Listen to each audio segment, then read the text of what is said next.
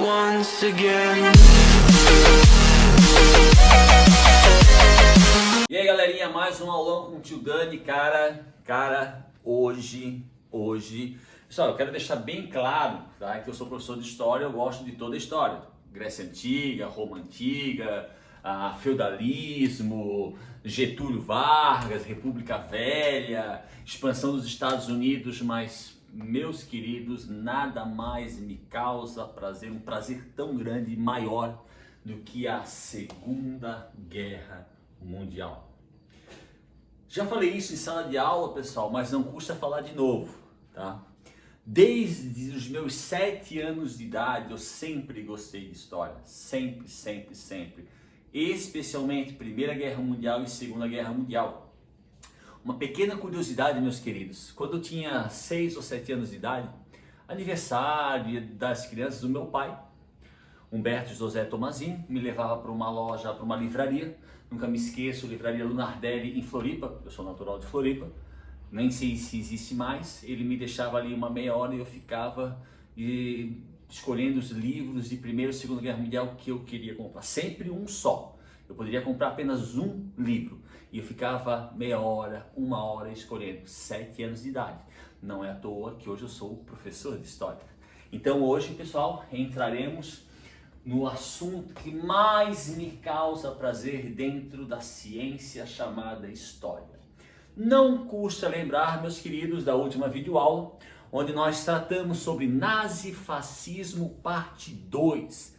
E a gente enfatizou aspectos do nazismo, que o surgimento, o fortalecimento, a ascensão nazista ao poder, a ascensão de Adolf Hitler ao poder máximo na Alemanha. Analisamos o que aconteceu com a Alemanha no período em que se instalou a ditadura nazista, período esse anterior à deflagração da Segunda Guerra Mundial. Desrespeito ao Tratado de Versalhes, leis de segregação com relação aos judeus, a rearmamento e fortalecimento das forças armadas, a anexação de vários territórios, Tchecoslováquia, Áustria, tudo feito com consentimento de ingleses e franceses que no período anterior à Segunda Guerra Mundial tinham muito mais medo de uma invasão soviética do que um ataque alemão. Inclusive, como eu já falei antes, pessoal, os ingleses e franceses até olhavam o fortalecimento militar da Alemanha nazista como algo positivo, porque eles enxergavam a Alemanha como um forte aliado caso ocorresse uma invasão soviética de Stalin ao continente europeu. Então isso foi tratado no nazifascismo parte 2 e nazifascismo parte 1, que é o vídeo anterior, pessoal. Nós tratamos do surgimento do fascismo e do fascismo dentro da Itália. Hoje começaremos de forma oficial o assunto relativo à Segunda Guerra Mundial, parte 1. Ou vocês acham que eu faria apenas um vídeo sobre Segunda Guerra Mundial? Não sejamos ingênuos, pessoal. Obviamente que não. Então agora nós analisaremos Segunda Guerra Mundial, parte 1. Não esquecendo, Aline, que a Segunda Guerra Mundial, pessoal, ela é deflagrada em setembro de 1939 e coincidentemente ela acaba em setembro de 1945. Um conflito que vitimou, matou, assassinou aproximadamente 70 milhões de seres humanos, em torno de 300 milhões de seres humanos ficaram feridos e mais de 150 milhões de crianças ficaram órfãos, sem contar, pessoal, a tragédia humanitária chamada Holocausto, quando aproximadamente 8 milhões de judeus foram exterminados pelos nazistas. Tudo isso, galerinha, será ensinado, será debatido em Segunda Guerra Mundial parte 1, Segunda Guerra Mundial parte 2, talvez Segunda Guerra Mundial parte 3, não sei, vou pensar, mas a hoje é de certeza. Beleza, galera? Pessoal, eu sempre tenho o costume de explicar o porquê que eu uso essa imagem como entrada da aula. Pessoal, essa imagem aqui, ela não é uma imagem clássica, tá? Existem, pessoal, milhares e milhares e milhares de fotos sobre a Segunda Guerra Mundial. Mas tem fotos que são clássicas. Essa, pessoal, é uma foto clássica da Segunda Guerra Mundial. Aqui, se vocês olharem, pessoal, isso aqui é um panorama da cidade de Berlim. Já dá para perceber que ela está semi-destruída, tá? Essa imagem é a imagem de 2 soldados soviéticos hasteando a bandeira soviética em cima do Reichstag. Professor, o que é o Reichstag? Reichstag até hoje, pessoal, é o parlamento alemão. Então, na verdade, essa cena aqui, pessoal, ela faz parte da Batalha de Berlim, quando os soviéticos levaram 52 dias para tomar a capital da Alemanha, onde os soviéticos em 52 dias perderam aproximadamente 200 mil soldados, aonde os combates se deram de rua em rua, de viela em viela, de casa em casa, de prédio em prédio. E reza a lenda, pessoal, eu digo reza a lenda porque eu não tenho certeza disso, que esse soldado, após hastear a bandeira soviética no topo do Reichstag, ele teria morrido. Por quê? Quando essa cena acontece, pessoal, os combates ainda continuavam dentro da cidade. Eles não haviam cessado. Eles entraram, invadiram o Reichstag, o parlamento alemão. Abaixo do Reichstag havia um bunker, que era o esconderijo de Adolf Hitler e de seus aliados. E o combate estava rolando, os caras subiram e hastearam a bandeira soviética em frente à cidade de Berlim. Mas os combates, posteriormente, eles continuaram. E reza a lenda que esse soldado teria sido assassinado por soldados alemães após o hasteamento da bandeira soviética. Mas saibam, pessoal, toda vez que vocês virem essa foto, essa imagem em algum local, ela é uma imagem extremamente clássica, mas já ali pelos inícios de maio, né? De maio, ali no final da guerra. Maio, professor, mas o senhor falou para nós que a guerra acabou em setembro. Pessoal, isso é um assunto de Segunda Guerra Mundial, parte 2, mas eu já vou adiantar, tá? Nós, antes de começar a aula, nós temos que saber o seguinte. Na Primeira Guerra Mundial era a Tríplice Aliança contra a Tríplice Entente. Na Segunda Guerra Mundial não existe Tríplice Aliança e Tríplice Entente. São as potências do eixo, Itália, Alemanha e Japão, contra os aliados. Quem são os aliados? Estados Unidos, União Soviética, Inglaterra, França, inclusive o nosso Brasil varonil.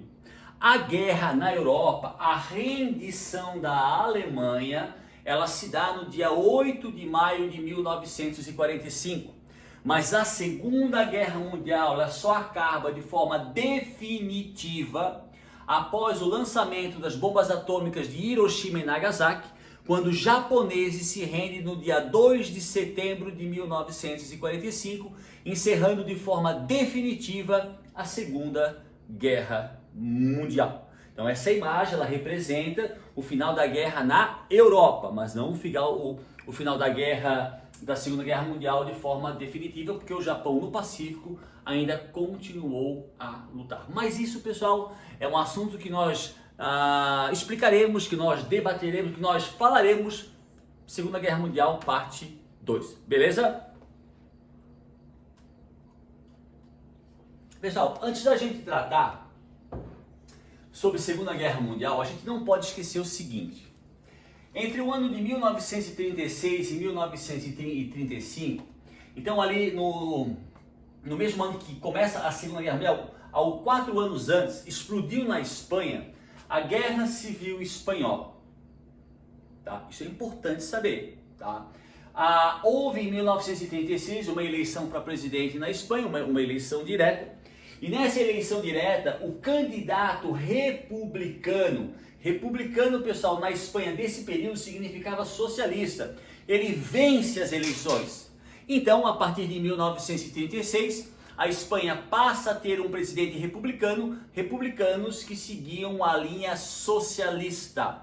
O resultado, a vitória dos republicanos, tá, causou uma grande insatisfação nos nacionalistas. Pessoal, republicanos na Espanha em 36 eram socialistas, nacionalistas na Espanha em 36 eram os fascistas. Os nacionalistas não aceitaram a vitória dos republicanos e os nacionalistas comandados pelo general Francisco Franco, nacionalistas, fascistas, republicanos, socialistas. os fascistas nacionalistas, comandados pelo general Francisco Franco, dão um golpe, declaram guerra aos republicanos, dando início em 1936 à Guerra Civil Espanhola.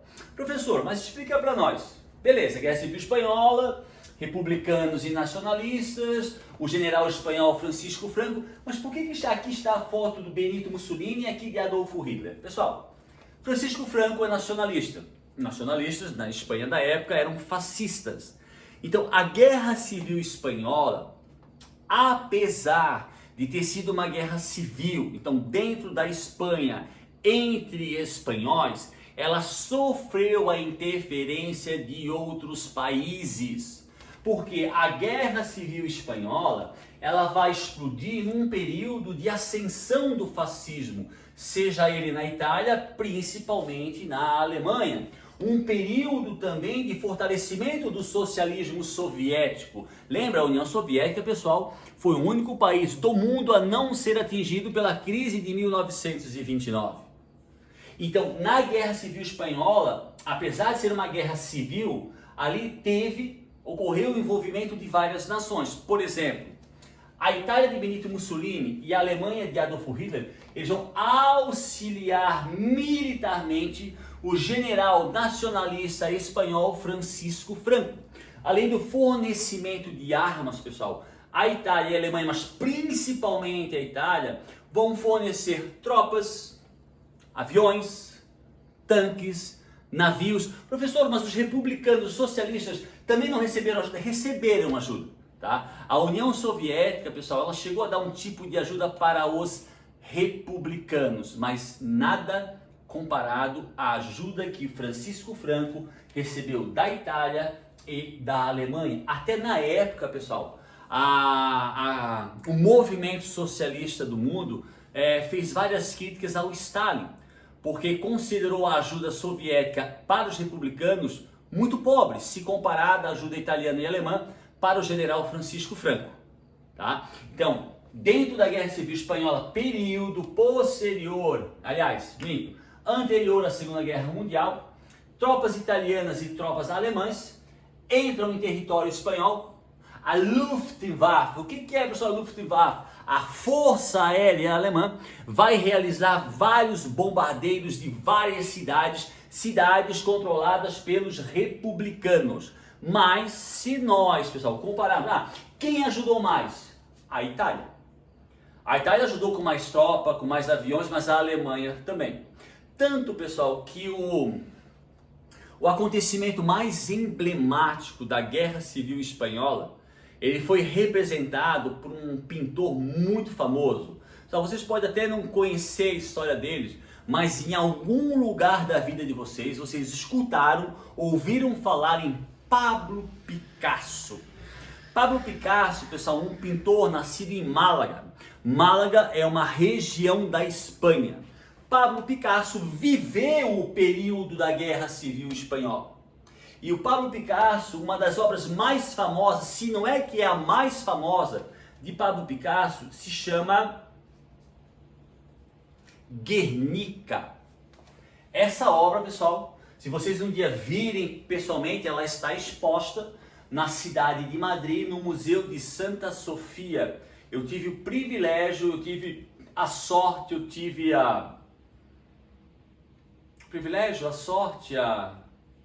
e fugiu a palavra agora. De ver, pessoal, eu vi essa obra ao vivo, é um quadro gigantesco, ele é em preto e branco. Professor, por que pessoal, ele é uma pintura expressionista, não é uma pintura que tu olha e tu conhece, é uma pintura expressionista, então a pessoa tem que olhar, tem que perceber, tem que buscar o simbolismo, que é aquilo, tá? Essa obra de Pablo Picasso se chama Guernica. Por que Guernica, meus queridos? Guernica é uma cidade da Espanha que durante a Guerra Civil Espanhola ela foi bombardeada pela Luftwaffe. Como eu falei antes, Luftwaffe, a Força Aérea Alemã. Um pequeno detalhezinho, pessoal. Por que italianos e alemães, ou fascistas e nazistas, ajudaram Francisco Franco? Professor, porque ele era fascista. Sim. para que a Espanha se tornasse um país fascista, como era a Itália, como era a Alemanha. Mas alemães e italianos, pessoal, e principalmente os alemães, utilizaram a Guerra Civil Espanhola para testar as suas novas armas. Armas que seriam e que foram utilizadas durante a Segunda Guerra Mundial. Aqui é uma cena, pessoal, da cidade de Guernica, tá? E aqui, obviamente, nós vemos várias pessoas mortas. Pessoal, a Luftwaffe, ela bombardeou Guernica. Os números contabilizam entre 300 a 400 mil pessoas mortas. E a Luftwaffe, ela usou bombas incendiárias. O que é uma bomba incendiária? Normalmente, pessoal, a bomba, quando ela cai, ela precisa tocar o solo para explodir. A bomba incendiária, ela explode no ar. Pensam assim, ó, um balão cheio de água, ele está vindo, de repente ele explode, no que ele explode vai cair água. Pensa o mesmo esquema, mas em vez de um balão, uma bomba que quando explode, em vez de cair água, cai fogo. Então a Luftwaffe utilizou o ataque à cidade de Guernica na Espanha para utilizar novas armas, no presente caso as bombas incendiárias. E foi uma carnificina onde Pablo Picasso representou todo o terror que aconteceu em Guernica através dessa obra que recebeu o nome de Guernica. Então, se vocês um dia, pessoal, tiverem o privilégio, tempo e dinheiro para irem à Espanha e Madrid, não se esqueçam de passar no Museu de Santa Sofia. Ah, professor, mas como é que eu vou saber onde é que está a obra? Pessoal, o museu ele tem de 6 a 8 andares. O que vocês fazem? Procuram assim, ó. Quando vocês encontrarem uma muvuca, bastante aglomeração, ali está a obra Guernica. Perfeito? Quando vocês entrarem no museu, como é que vocês procuram a obra? Aonde vocês olharem uma muvuca, uma movimentação muito intensa, vai lá. Lá está a obra de Guernica, que é como Pablo Picasso representou o horror da cidade de Guernica, que foi bombardeada pela Luftwaffe com bombas incendiárias, matando entre 300 a 400 mil pessoas. Então, antes da deflagração, pessoal, da Segunda Guerra Mundial, houve a Guerra Civil Espanhola, onde foram vitimadas mais de 1 milhão de pessoas e onde italianos e principalmente alemães testaram as suas armas. Só por curiosidade, pessoal, os fascistas eles conseguiram derrubar o governo republicano. Francisco Franco, general Francisco Franco, se tornou o presidente ditador da Espanha e ele governou, pasmem, de 1939 a 1975. De 1939 a 1975, a Espanha viveu sob uma ditadura fascista, comandada pelo general Francisco Franco.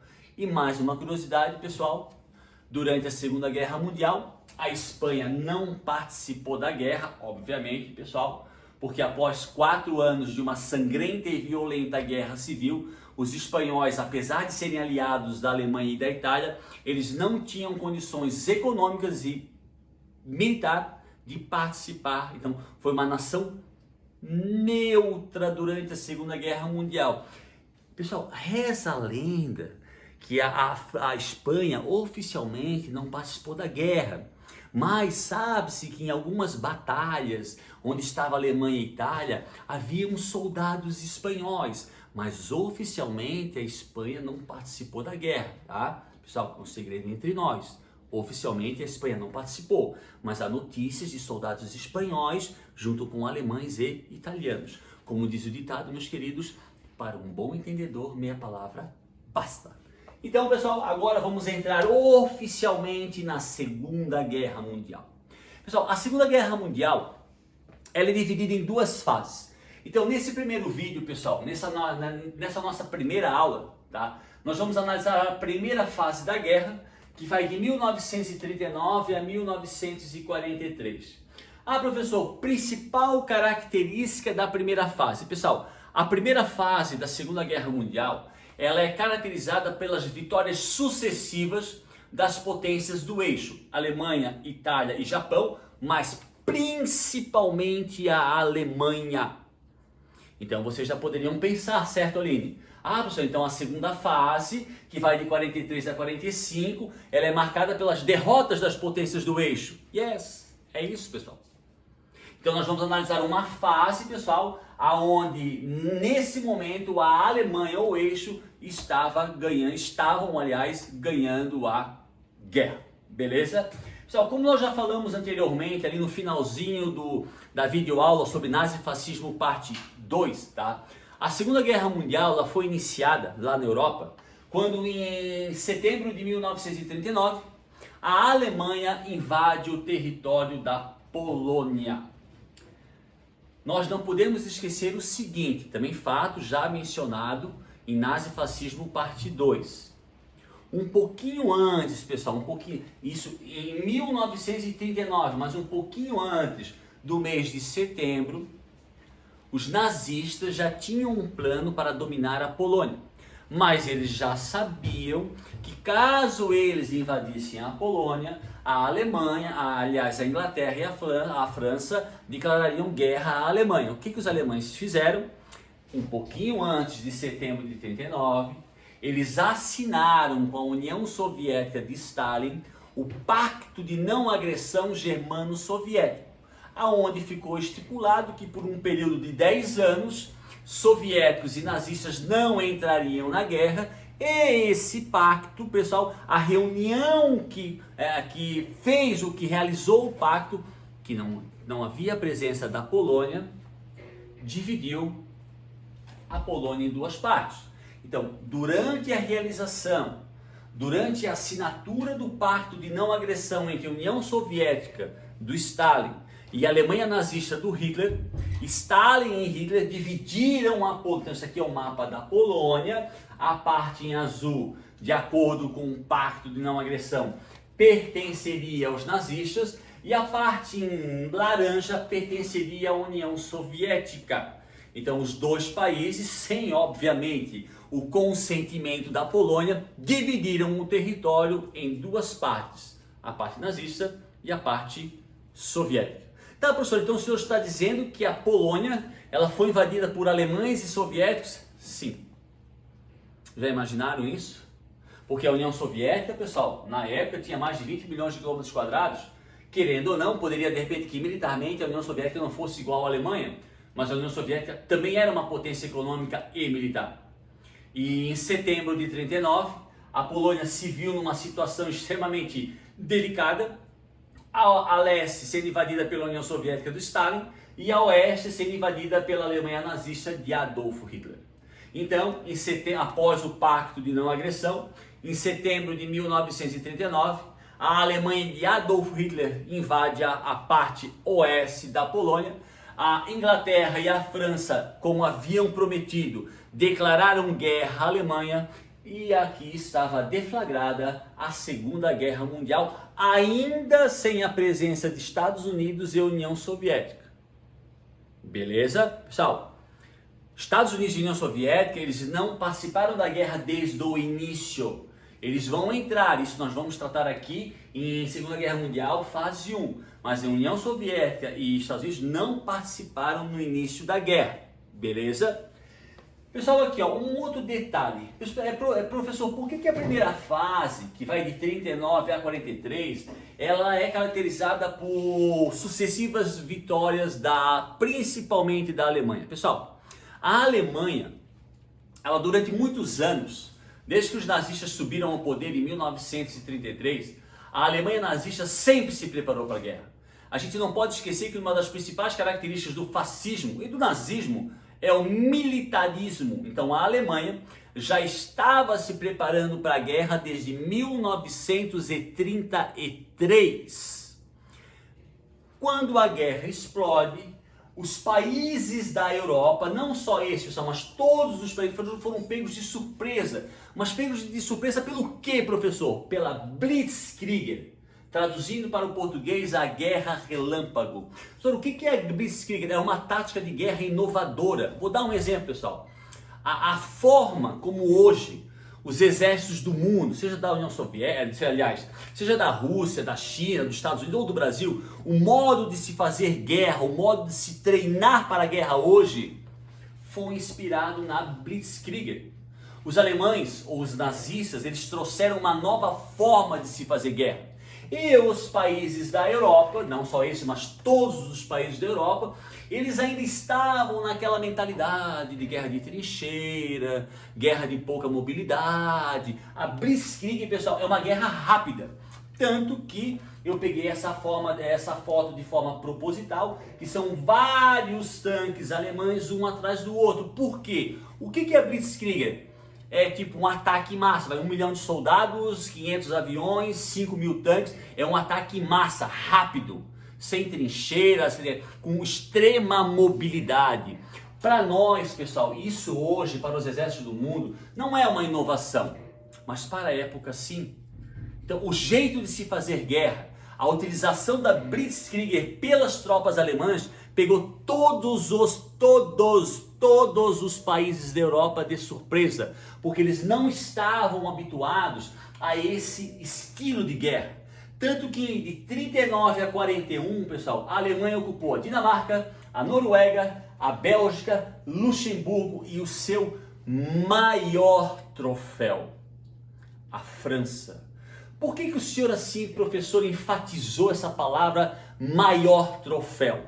Pessoal, vamos lembrar Primeira Guerra Mundial parte 2, o vídeo de Primeira Guerra Mundial parte 2? Tratado de Versalhes. Quem foram os criadores? Quem foram os estimuladores, os que financiaram, patrocinaram, criaram, assinaram um Tratado de Versalhes? Franceses e ingleses. E que tipo de consequências que o Tratado de Versalhes trouxe à Alemanha? Caos, fome, inflação, desemprego, suicídio, miséria. O Tratado de Versalhes, pessoal, levou um marco, vamos supor que levou $1 americano a valer na Alemanha mais de 4 bilhões de marcos. É como se no Brasil $1 custasse 4 bilhões de reais. A inflação era de 32.000%. Então as consequências do Tratado de Versalhes causaram nos alemães um sentimento muito grande, muito forte de vingança. Por isso que a invasão da França em 1940, através da Blitzkrieg, além de ter sido uma derrota humilhante, é um troféu para os nazistas. Conta até uma curiosidade, pessoal, quando os nazistas, pessoal, foi uma invasão muito rápida, muito rápida. Quando eles conseguiram dominar a França, eles fizeram os generais franceses assinarem um tratado de rendição dentro do mesmo vagão onde os alemães assinaram o tratado de rendição em 1918. Detalhezinho, meus queridos, esse vagão estava dentro de um museu. Os alemães fizeram os franceses pegarem esse vagão do museu, levar o vagão até onde ele estava em 1918, entraram dentro desse vagão com generais franceses e ali os franceses assinaram o tratado ou acordo de rendição. Por isso que a ocupação da França, a França, pessoal, vai ficar sob o domínio nazista de 1940 a 1944, por 4 longos anos. Perfeito? Tudo, pessoal, graças a Blitzkrieg. Então, a primeira fase da guerra, que vai de 39 a 43, principalmente devido à Blitzkrieg, a Alemanha, ela conhece praticamente somente vitórias, vitórias, vitórias. Ela chega a ocupar, eu não vou chutar um número não muito exato, mas aproximadamente 90% do continente europeu. Porque haviam países que ela não ocupava porque eram países que eram aliados da Alemanha, como Itália e a Espanha. Beleza? Uma curiosidade, eu até esqueci de botar no vídeo, mas eu lembrei agora, tá? A Suíça, pessoal, é bem interessante, né? A Suíça é um país bem pequenininho e ela está localizada bem no meio da Europa. E a Suíça, tanto na Primeira como na Segunda Guerra Mundial, ela ficou neutra. E ninguém atacou a Suíça. Ninguém, pessoal, ninguém. Nem os nazistas atacaram. Por quê, professor? Porque uma das principais atividades comerciais na Suíça até hoje é o sistema bancário. Por que nenhum país, nem os nazistas atacaram a Suíça? Porque todos os países, inclusive os nazistas, tinham dinheiro nos bancos da Suíça. Então, enquanto o pau fechava na Europa, a Suíça vivia tranquilamente. Só em nível de curiosidade, pessoal. Perdão. Pessoal, aqui é uma foto aqui, ó. Vou explicar direitinho. O fascismo, como eu já expliquei lá em Nazifascismo Parte 1, ele vai se originar na Itália com Benito Mussolini. Na Alemanha, o fascismo se transforma em nazismo. Já falei que a Espanha também se tornou um país fascista, com o general Francisco Franco. Em Portugal, houve uma ditadura fascista com um tal de Salazar. Então, o fascismo, que originalmente é uma ideologia italiana, ela se expandiu para várias regiões do continente europeu, inclusive para a França. Quando os nazistas ocuparam a França em 1940, através da Blitzkrieg, eles dividiram, pessoal, isso aqui, ó, essa parte aqui, ó, é a França. Eles dividiram a França em dois territórios. Então aqui, ó, França ocupada pela Alemanha nazista, França de Viking. Professor, o que é essa parte em rosa? Por que é França de Viking? Pessoal, os alemães, existiam franceses que eram fascistas. Dentro da França havia um movimento fascista muito forte. Em todos os países, inclusive no Brasil, pessoal. Getúlio Dornelles Vargas, que é a nossa próxima matéria. Ele nunca se auto-intitulou fascista, mas para um bom entendedor, meia palavra basta, é só ver o jeito que ele governava. Então havia um movimento fascista muito grande, muito forte dentro da França. Quando os alemães ocuparam a França em 1940, eles dividiram a França em duas partes. Ao norte, uma França governada diretamente pelos alemães. E ao sul, uma França governada pelo governo de Vichy. Pessoal, Vichy era um governo francês, formado por franceses, mas que apoiavam os nazistas. Parece loucura, mas aconteceu isso, tá? Nos 4 anos que a Alemanha ocupou e dominou o território da França, os alemães dividiram o território francês em duas partes. Ao norte, ao norte, onde fica Paris, um território comandado diretamente por um general ou um marechal alemão, e a parte ao sul, os alemães entregaram o comando, o governo do território na mão dos fascistas franceses. E aqui ao sul, a gente chama de a França de Vichy. Vichy, pessoal, era um general francês mais fascista, que apoiava o governo nazista. E isso vai perdurar até o ano de 1944, quando a França vai ser libertada do domínio nazista e fascista, principalmente por tropas dos Estados Unidos. Mas isso, meus queridos, é um assunto para a Segunda Guerra Mundial, parte 2. Beleza? Um fato bem interessante, tá? Esse período, pessoal, que a França ficou sob o domínio nazista, nasceu dentro da França o que nós chamamos de resistência francesa. Na realidade, pessoal, em todos os países que os nazistas dominaram, Dinamarca, Holanda, Iugoslávia, Ucrânia, a própria França, em todos os países que os nazistas dominaram, surgiram resistência, movimentos de resistência, mas a mais famosa, a mais glamurosa, que aparece mais em filmes, é a resistência francesa, tá? A resistência francesa, pessoal, ela não chega a afetar, a derrubar o governo nazista, mas atividades da resistência francesa, ela praticava sabotagem. Lá num porto, de repente eles colocavam uma bomba e explodiu um navio nazista. Guerrilha, o que é guerrilha? É ataque de surpresa. Aqui, por exemplo, pessoal, é uma foto de integrantes da resistência francesa. Provavelmente estavam dentro de um apartamento, passando algum comboio alemão. De surpresa, guerrilhas atacaram esse comboio. Sequestro de sargentos, de soldados, de oficiais alemães. Informações, espionagem. Pessoal, esses movimentos de resistência, não só na França, eles eram compostos por uma grande quantidade de mulheres. E essas mulheres praticavam uma espionagem. Como assim? Elas fingiam estar gostando de um soldado alemão, tendo um relacionamento, não, e para tirarem informação. E depois, pessoal, o assassinato, obviamente, de membros nazistas. Então, em todos os países que os alemães ocuparam, em todos, foram deflagrados movimentos de resistência. Mas o mais conhecido, o mais famoso, é o movimento de resistência francesa, que não chega a derrubar, eles não tinham força suficiente, pessoal, para derrubar o governo nazista. Mas através de sabotagens, guerrilhas, sequestro, coleta de informações e assassinatos, eles foram minando o governo nazista, e essas informações, pessoal, que eles adquiriam, eles passavam, por exemplo, para americanos e ingleses. Beleza? Se um dia vocês tiverem alguma curiosidade, pessoal, procurem no YouTube, na Netflix, aonde for, filmes sobre a resistência francesa. São bem legais, tá? Provavelmente vocês vão encontrar filmes sobre a resistência francesa, filmes franceses, provavelmente. Inglaterra. Professor, o senhor disse que a invasão, que o domínio da França foi o maior troféu dos alemães. Sim.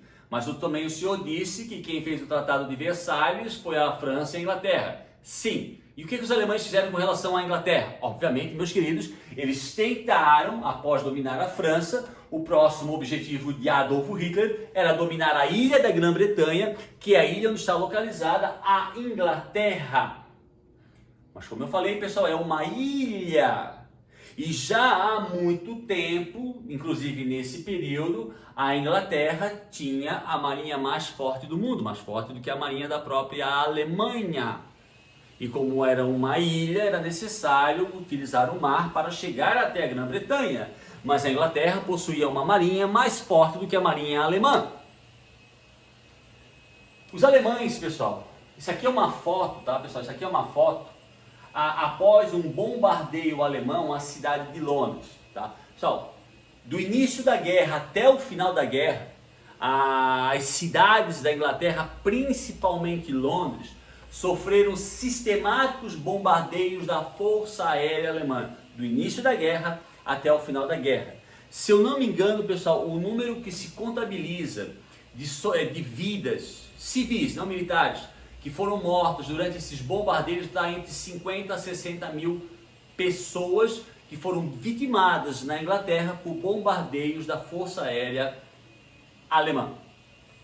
Um outro detalhe, como a Alemanha, pessoal, ela não tinha uma marinha tão poderosa como a da Inglaterra, os alemães fizeram uma coisa muito parecida com o que Napoleão tentou fazer no início do século XIX. O tal de bloqueio continental. Então os alemães tentaram fazer um bloqueio naval à Grã-Bretanha. Então nada sai, nada entra. Inclusive os alemães eles impediram que mantimento das colônias inglesas na Ásia e na África chegassem até a Grã-Bretanha, tá? Pessoal, um fato muito interessante, tá? Reza a lenda, tá? Reza a lenda que o que se conta a história, o porquê que os alemães não conseguiram invadir a Inglaterra, pessoal, eles não conseguiram invadir a Inglaterra, tá? A Alemanha bombardeou sistematicamente, matou pessoas, fez um bloqueio, mas eles não conseguiram, os alemães, os nazistas, não conseguiram invadir a Inglaterra, tá? O que se conta na história, pessoal, que a invasão alemã teria sido impedida pela RAF, pela Força Aérea Real Inglesa. Então reza a lenda que os pilotos da RAF, os pilotos da Força Aérea Inglesa teriam sido os responsáveis em impedir a invasão alemã ao território da Inglaterra ou à ilha da Grã-Bretanha. Então, isso não é mentira nem é verdade, tá? Porque é o seguinte, a água mole em pedra dura tanto bate até que fura. Então, a RAF realmente, pessoal, assim, ó, não dá para negar, tá? O heroísmo, a coragem, a destreza da RAF foi algo inquestionável. Mas a invasão do território da Inglaterra ou da Grã-Bretanha pelos alemães era uma questão de tempo. Era uma questão de tempo. A Alemanha, sim, ela conseguiria invadir a Inglaterra. Tá, pessoal? Se ela conseguiria, mas o senhor falou que ela não conseguiu. a invasão da Inglaterra, pessoal, pelos alemães só não se concretizou devido à entrada dos Estados Unidos na Segunda Guerra Mundial no ano de 1941. A gente sabe, pessoal, se vocês estudarem, tiverem o interesse de estudar a Segunda Guerra Mundial mais a fundo, tá? Nesse período da guerra, o primeiro-ministro da Inglaterra, porque a Inglaterra era um sistema parlamentarista, era o Churchill. Churchill era o primeiro-ministro da Inglaterra. Pessoal, o primeiro-ministro da Inglaterra, ele tinha uma ligação muito forte com o presidente dos Estados Unidos, Franklin Delano Roosevelt. Assim, pessoal, aquele mesmo do New Deal, daquele plano econômico para tentar tirar os Estados Unidos da crise de 29. E nós historiadores, nós sabemos que o Churchill, em vários momentos, ele ligou para o presidente dos Estados Unidos, Franklin Delano Roosevelt, pedindo desesperadamente que os Estados Unidos entrassem na guerra. Qual era a resposta do Roosevelt? Churchill, eu não posso entrar na guerra, eu não fui atacado. Se eu entrar na guerra sem ser atacado, eu não vou ter o apoio da população. Então, nesse momento, pessoal, 39, 40, início de 41, os Estados Unidos não tinha como ajudar a Inglaterra, porque ele não tinha sido atacado nem por Itália, nem por Alemanha e nem pelo Japão. E quando um país entra na guerra, pessoal, sem apoio da população, isso não vai dar certo. Então, o Franklin Delano disse, eu não fui atacado. E, pessoal, a gente sabe, o Churchill pediu várias vezes, porque era uma questão de tempo para que os alemães invadissem o território da Grã-Bretanha. Enquanto não houve a invasão, os bombardeios aéreos eram sistemáticos, eram diários, sem contar no bloqueio naval, que obviamente, pessoal, impedia a entrada de medicamentos, de roupas, de alimentos, de energia elétrica no território da Inglaterra. Beleza, pessoal? Pessoal, nós não estamos entrando na segunda fase da Segunda Guerra Mundial. Nós ainda estamos dentro da primeira fase. Mas o ano de 1941 é um ano ainda dentro, pessoal, da primeira fase. É o ano que ele vai mudar os rumos da Segunda Guerra Mundial. Seria mais ou menos, pessoal, só que numa proporção muito maior, o que aconteceu na Primeira Guerra Mundial em 1917, com a saída da Rússia, devido à Revolução Russa, e a entrada dos Estados Unidos. Isso mudou o rumo da Primeira Guerra Mundial. Só que aqui, pessoal, nós estamos falando de Segunda Guerra, a proporção aqui é muito maior. Em 1941, isso aqui é uma foto, pessoal, na hora que uma bomba de um avião japonês cai sobre um navio americano que estava ancorado na base naval de Pearl Harbor, na ilha do Havaí, no meio do Oceano Pacífico. Em 1941, pessoal, os japoneses fizeram um ataque surpresa à base naval americana de Pearl Harbor, no território do Havaí, no meio do Oceano Pacífico, matando aproximadamente 2.500 soldados e afundando os mais variados tipos de navios. Pergunta que não quer calar, meus queridos. Por que os japoneses atacaram os Estados Unidos, se a principal intenção dos japoneses era se apossar da Ásia? Professor, que estranho, eles querem a Ásia, mas os Estados Unidos ficam na América. Se eles querem a Ásia, por que eles atacaram os Estados Unidos? Pessoal, se vocês lembrarem da videoaula Neocolonialismo e Imperialismo, quando ali na segunda metade do século XIX é deflagrada a segunda Revolução Industrial e os países da Europa, Japão e Estados Unidos passam a utilizar o trabalho das máquinas, surgimento da eletricidade, as indústrias começam a produzir mais, vai ter uma necessidade maior de matéria-prima e mercado consumidor, e esses países que eu falei agora vão atrás de colônias na Ásia e na África. No caso dos Estados Unidos, lá na metade do século XIX, na segunda metade do século XIX, os Estados Unidos ele adquiriu colônias na Ásia, dentre elas, que hoje é um país independente, as Filipinas. na segunda metade do século XIX, 1870, 1880, 1890, dentro do processo neocolonial, dentro daquele processo imperialista de adquirir colônias, os Estados Unidos, que era um país que estava se fortalecendo como uma potência, adquire colônias na Ásia, dentre elas um país que hoje é independente, chamado de Filipinas. Aí, voltando para a Segunda Guerra Mundial, a intenção do Japão, pessoal, era ocupar toda essa área aqui, ó, tipo Indonésia, Vietnã, inclusive a própria Índia, Coreia, Filipinas, Nova Guiné, e futuramente eles tinham a pretensão de ocupar a Austrália, futuramente. Só que para dominar essa região, os japoneses teriam que dominar colônias pertencentes aos Estados Unidos. E os japoneses sabiam que caso eles fizessem isso, a marinha americana viria auxiliar essa colônia americana na Ásia. O que os japoneses pensaram? Pessoal, um dos navios mais importantes de qualquer marinha se chama porta-aviões. Porque os aviões, pessoal, mesmo hoje, eles não têm um tanque combustível suficiente para, por exemplo, sobrevoar todo o Oceano Pacífico. Eles precisam aterrissar para reabastecer. O que é o porta-aviões? É um navio que fica no meio do mar, o avião vem, pousa nesse navio, reabastece com combustível e volta a voar. O que os japoneses pensaram? Se nós atacarmos as Filipinas, por exemplo, esses porta-aviões virão para cá para auxiliar os americanos que estavam nas Filipinas. Então vamos fazer o seguinte, antes de atacarmos as Filipinas, vamos fazer um ataque surpresa à base naval de Pearl Harbor, vamos afundar todos os porta-aviões americanos e aí sim, depois a gente pode invadir as Filipinas. Olha, pensando, meus queridos, tem nexo, até que o plano tinha nexo. Só que o serviço de espionagem, pessoal, espionagem não é coisa de filme, espionagem não é ficção científica, espionagem ela existe. Não tem aqueles filmes de espionagem que vocês veem do Tom Cruise, aquilo é verdade, aquilo acontece muito mais do que aquilo ali. A espionagem é algo real, é algo real.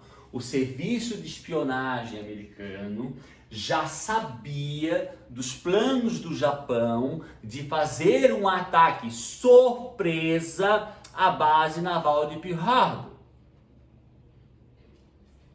Professor, mas o senhor falou que eles atacaram e mataram 2.500 soldados. Por que os Estados Unidos não impediu? Pessoal, não sejamos ingênuos. Desde 39 e 40, a Inglaterra pedia desesperadamente para que os Estados Unidos entrassem na guerra para salvar a Grã-Bretanha de uma invasão certeira da Alemanha nazista. O que aconteceu? Aconteceu o ataque de Pearl Harbor. Realmente, pessoal, os marinheiros, as pessoas que estavam nessa base foram pegas de surpresa. Eu até vou indicar, se vocês quiserem ver mais ou menos como foi o ataque, assistam um filme, pessoal, Pearl Harbor, muito, muito bem feito. O governo americano sabia que haveria o ataque, os pobres marinheiros, as pessoas que estavam aqui, obviamente que não. Por que o governo americano deixou rolar? Simples, meus queridos, para ter um pretexto para entrar na guerra, para salvar a Inglaterra. Então houve o ataque japonês de surpresa em 1941. Logo após o ataque, o povo americano sai às ruas pedindo a entrada dos Estados Unidos na guerra, e aí os Estados Unidos declaram guerra às potências do eixo, Itália, Alemanha e Japão. E após o ataque de Pearl Harbor, em 1941, os Estados Unidos está oficialmente envolvido na Segunda Guerra Mundial ao lado dos aliados, e graças à entrada dos Estados Unidos, a Inglaterra é salva de uma invasão alemã. Não estou menosprezando, pessoal, nem a RAF, não estou menosprezando o povo inglês, não estou menosprezando o exército inglês, mas se não fosse a entrada dos Estados Unidos na guerra, com certeza, cedo ou tarde, a Alemanha invadiria o território da Grã-Bretanha. Só que tem um detalhe. Quem atacou os Estados Unidos, pessoal, foi o Japão, pois, como eu falei antes, o Japão tinha interesse em ficar com a Ásia, mas na Ásia haviam colônias dos Estados Unidos. Pessoal, a Alemanha não tinha nenhum interesse de, pelo menos naquele momento, atacar os Estados Unidos. Por que, professor? Pessoal, quem foi o país que não assinou o Tratado de Versalhes? Os Estados Unidos. Quem foi o maior parceiro da Alemanha após a Primeira Guerra Mundial? Os Estados Unidos. Então, nesse momento, a Alemanha nazista não tinha um interesse de entrar em guerra com os Estados Unidos. O ataque foi japonês, por quê? Porque nesse momento, em 1941, a Alemanha tinha um outro interesse. Em 1941, no mesmo ano que os japoneses atacaram os Estados Unidos e forçaram a entrada dos Estados Unidos na Segunda Guerra Mundial, a Alemanha estava quebrando o pacto de não agressão e, através da utilização da Blitzkrieg, a Alemanha deu início à invasão da União Soviética. Então, vocês acham que a Alemanha tinha um plano de invadir a União Soviética? Tu acha que nesse momento ela queria atacar os Estados Unidos? Não. Eu sempre digo, pessoal, assim, ó, vendo na visão do eixo, né? Foi a maior cagada do Japão de atacar os Estados Unidos. Não só para os japoneses, mas para os alemães. Porque naquele momento que a Alemanha estava invadindo a União Soviética, os Estados Unidos entram na guerra. De repente a Alemanha se vê em 3 frentes. A leste é a União Soviética, a oeste os Estados Unidos e ao norte a Inglaterra. Tanto que a invasão soviética, pessoal, quando a Alemanha invade a União Soviética, ela iria utilizar em torno de 2 a 3 milhões de soldados. Quando ela soube da entrada dos Estados Unidos na guerra, ela teve que tirar 1 milhão de soldados da frente soviética, que esses 1 milhão voltaram para o oeste da Europa para se proteger contra o exército americano. Então, não é ligado? O ataque japonês a Pearl Harbor, ele atrapalhou os planos da Alemanha nazista, porque naquele momento Hitler estava dando ordem de invadir a União Soviética e quebrar o pacto de não agressão através da Blitzkrieg. A invasão, pessoal, da União Soviética, num primeiro momento, ela foi um sucesso total. Um sucesso total. Os alemães chegaram muito próximos a Moscou, mas tudo isso vai mudar. Mas, meus queridos, isso é um assunto para a Segunda Guerra Mundial, parte 2. Beleza? Professor, a gente viu ali, ó, SS, Sistema Genocida. Lembra o que eu falei, pessoal? Hoje todo mundo fala genocida, genocídio. O que é genocídio? Genocídio é quando uma pessoa ou um grupo extermina totalmente ou parcialmente uma etnia. Lembrem, pessoal, quando os nazistas chegaram ao poder, em 1933, o Partido Nazista e todos os partidos da época tinham milícias. O que eram milícias? Grupos de homens armados. Uma das milícias nazistas era a SS, que é esse símbolozinho aqui, ó, que eram 2 raios e tinha um símbolo que era uma caveira. Os 2 raios, né, SS e a caveira. A SS, pessoal, no tempo que os nazistas não eram ainda poder, eles eram uma milícia do Partido Nazista. Quando o Partido Nazista chega ao poder em 1933, a SS se torna um exército. Então, após a subida ao poder de Hitler, a Alemanha passa a ter 2 exércitos. O exército alemão, como o exército brasileiro, o exército paraguaio, o exército americano e o exército da SS. Então, a SS, ela foi um exército, pessoal, composto de aproximadamente 1,5 milhão de soldados, diferente de um exército normal. Eles não foram criados para proteger a Alemanha, para defender a Alemanha. A SS tinha um só objetivo: defender os ideais nazistas, ser fiel a Adolfo Hitler, ponto final. E a SS, como ela era fiel aos ideais nazistas, ela era fiel à limpeza étnica.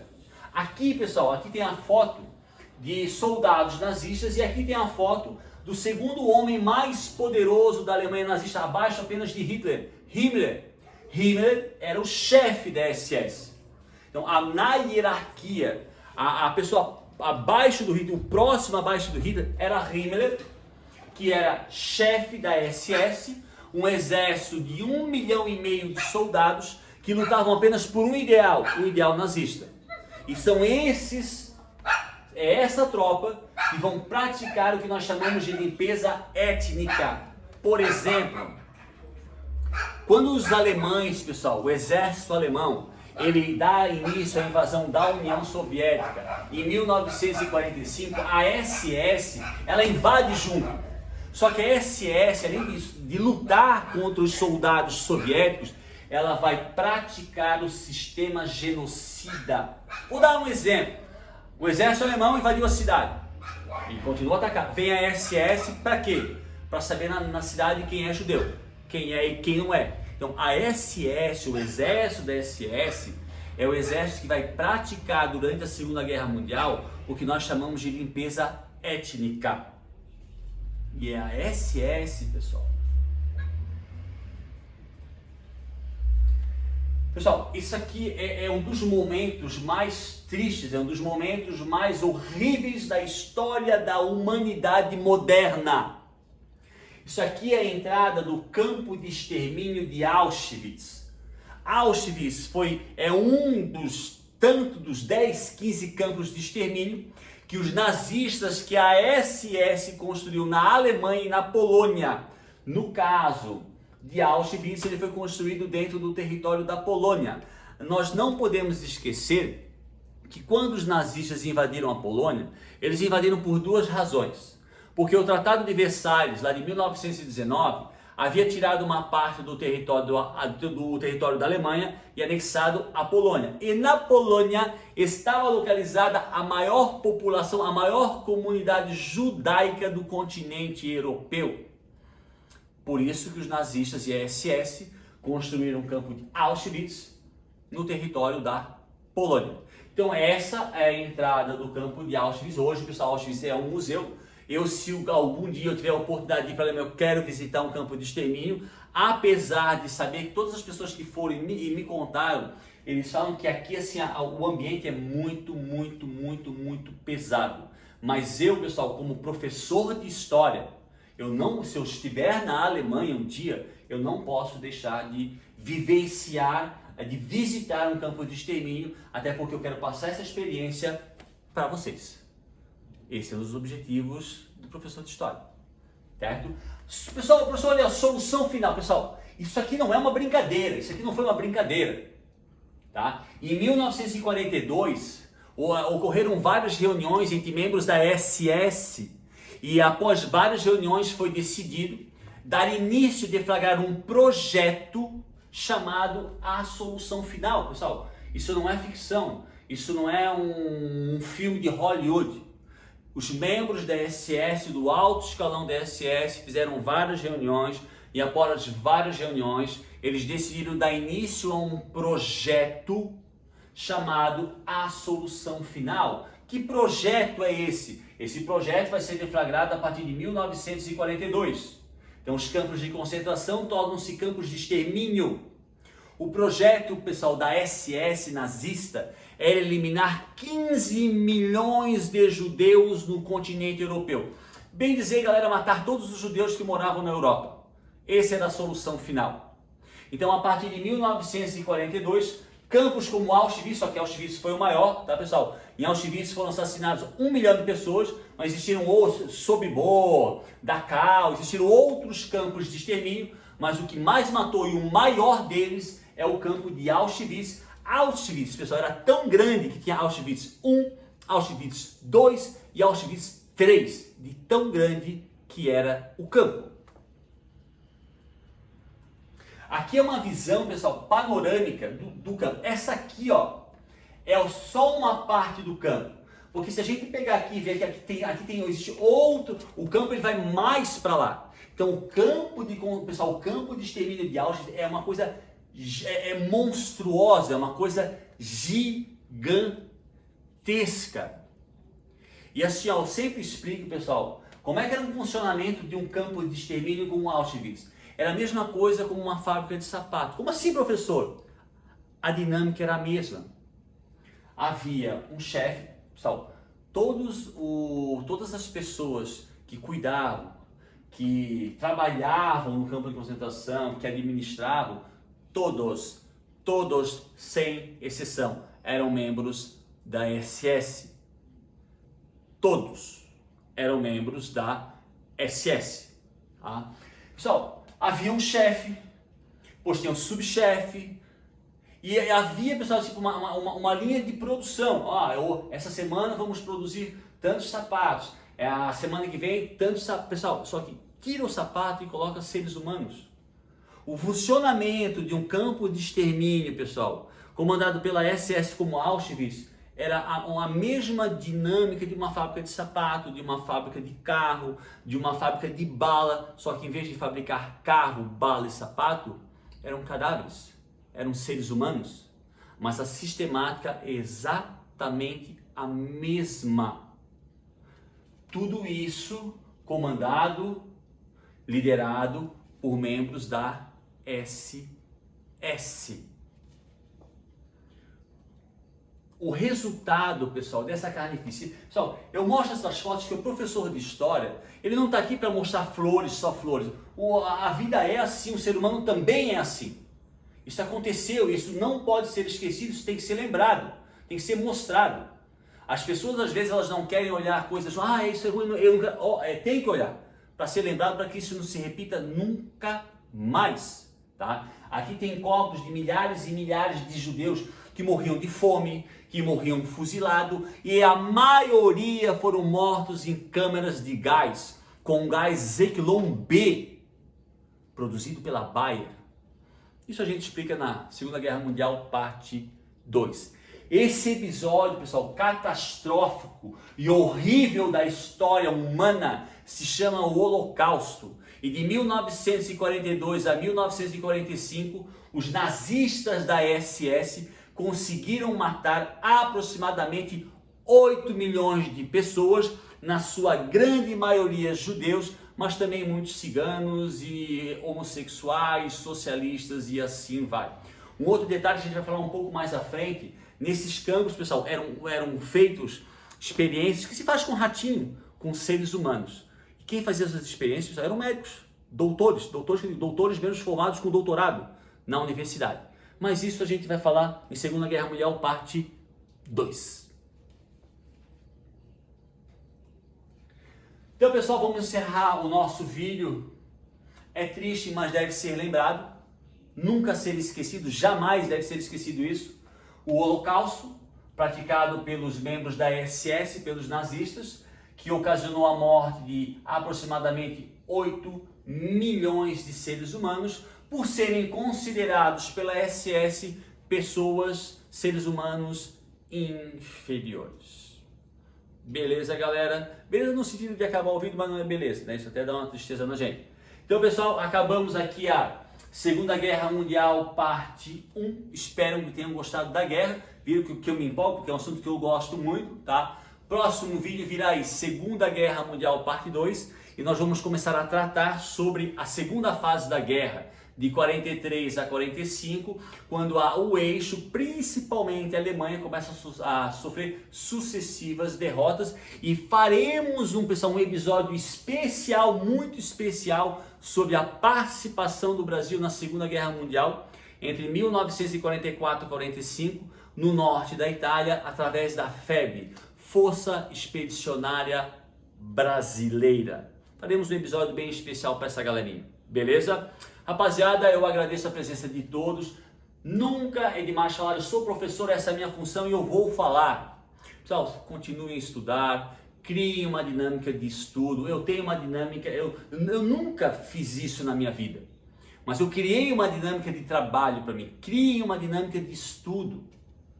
Vou estudar esse momento, vou descansar agora, vou estudar depois. Pessoal, o vídeo é longo, não precisa ver o vídeo inteiro, só veja em partes, mas assista.